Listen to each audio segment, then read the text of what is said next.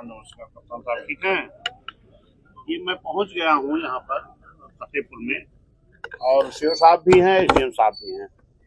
तो वही अपने कहा क्योंकि अभी तो गिरफ्तारी किसी की हो नहीं पाई है, और इसमें थोड़ा सा क्लियर करके कि जो भी मुलजिम हो, क्योंकि ये बहुत जघन्य घटना है। इस तरीके से जान लीजिए कि अभी उनकी 55 साल उम्र थी और अपना काम कर रहे थे। कोई इनके बेटे भी बैठे हैं सामने हमारे, इनकी कोई दुश्मनी भी इस तरह कोई दिखाई नहीं पड़ रही है। फिर इस तरह कौन किया है, इसमें तो थोड़ा सा इस लेकर के इनको न्याय देना है। क्योंकि माननीय बहन जी को जैसे ही खबर मिली तो बहन जी ने हमको इसकी जानकारी दिया कि आपको जाना है वहाँ पर, और देख करके वहाँ अधिकारियों से बात करके और तत्काल इसकी गिरफ्तारी को जो भी मुलजिम पाए जाए उनकी जो है कड़ी सजा मिलनी चाहिए। ठीक है, नहीं बहुत अच्छा। हाँ, सीओ साहब बैठे, एसडीएम साहब भी हैं। हाँ ठीक है, बता रहे हैं कि टीमें हमने लगा नहीं सर, 3-4 टीमें हमने पर्सनली लगाई है। मैंने हम लोग काफी काम कर रहे हैं सर, तो हम आपको विश्वास दिलाते हैं बहुत जल्दी हो जाएगा। माइंड सेट हमारा बना हुआ कि मुझे इसको जल्दी खोलना है। हाँ, जल्दी होता है। पर्सनली लगे हुए हैं ना, और थोड़ा सा किसी पर इन्होंने शंका जाहिर नहीं की है, तो हमें थोड़ा सा जुटाना पड़ रहा है सर। जी नहीं, अब इनकी कोई दुश्मनी थी नहीं किसी से, कह नहीं पा रहे हैं, तो थोड़ा सा हमें जुटाना है। जल्दी ही जो भी मुलजिम होंगे वो सामने आएंगे, जो भी होंगे, और उनको सजा मिलेगी। अन्य बहन ने भेजा है, और हम लोग पूरा बहन जी और पूरा पार्टी आपके साथ है।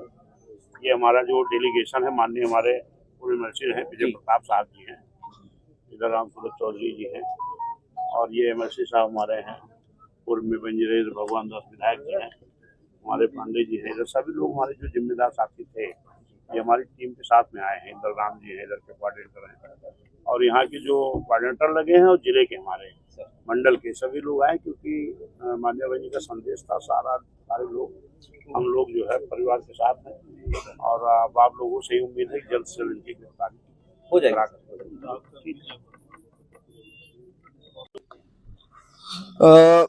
आज आप यहाँ आए, किस तरीके से इस मामले को देखते हैं? पीड़ित परिवार से जब बात की, क्या कुछ निकला, पहले इसके बारे में बताएंगे।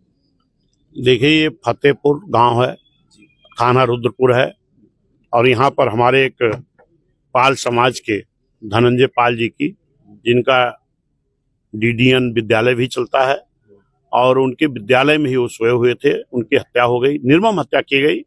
और इसकी खबर जैसे मान्या बहन जी, हमारी बहुजन समाज पार्टी के राष्ट्रीय अध्यक्ष मान्या बहन जी को खबर मिली, तैसे बहन जी ने एक प्रतिनिधिमंडल यहाँ भेजने का काम किया है।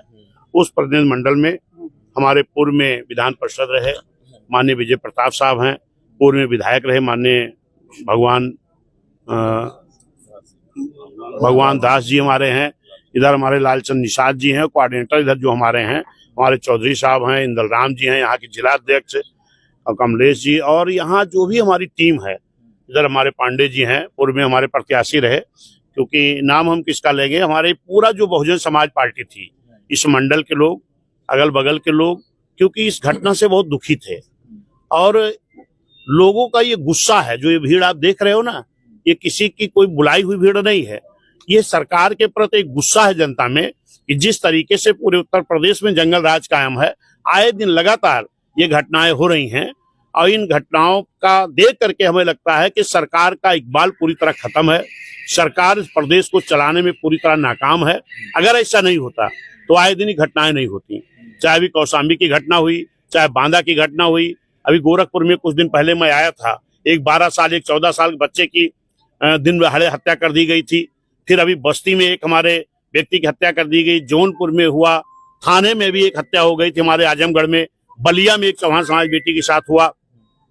तो ये जो घटनाएं हो रही, एक तरफ तो माननीय मुख्यमंत्री जी अपनी पीठ खूब थपथपाते हैं कि कानून का राज चल रहा है, अपराधी बिल्कुल खत्म हो गए हैं, लेकिन हमें तो लगता है पूरी तरह जंगल राज कायम है, पूरी तरह अपराधियों का राज चल रहा है। और इस सरकार के माननीय मुख्यमंत्री जी को इस बात को संज्ञान में लेना चाहिए। और ये हमारे जो मृतक है उनके बेटे हैं, इनसे हमारी बात हुई है, कोई भी इनकी दुश्मनी किसी से नहीं थी। इनके पिताजी की जो भी हत्यारे हों, अभी हमारी कप्तान साहब से भी बात हुई है, सीओ साहब, एसडीएम साहब यहाँ मौजूद हैं, इनसे भी बात हुई है। इन लोगों ने आश्वासन दिया है कि जल्द से जल्द हम गिरफ्तारी कराएंगे, मुलजिमों को जेल भेजेंगे। और मेरी सरकार से भी ये मांग है, क्योंकि इस परिवार के मालिक थे वो, और वही कमा करके पूरे परिवार चलाते थे, बाकी उनके बेटे हैं, ये लोग भी जो भी कुछ कर रहे हैं।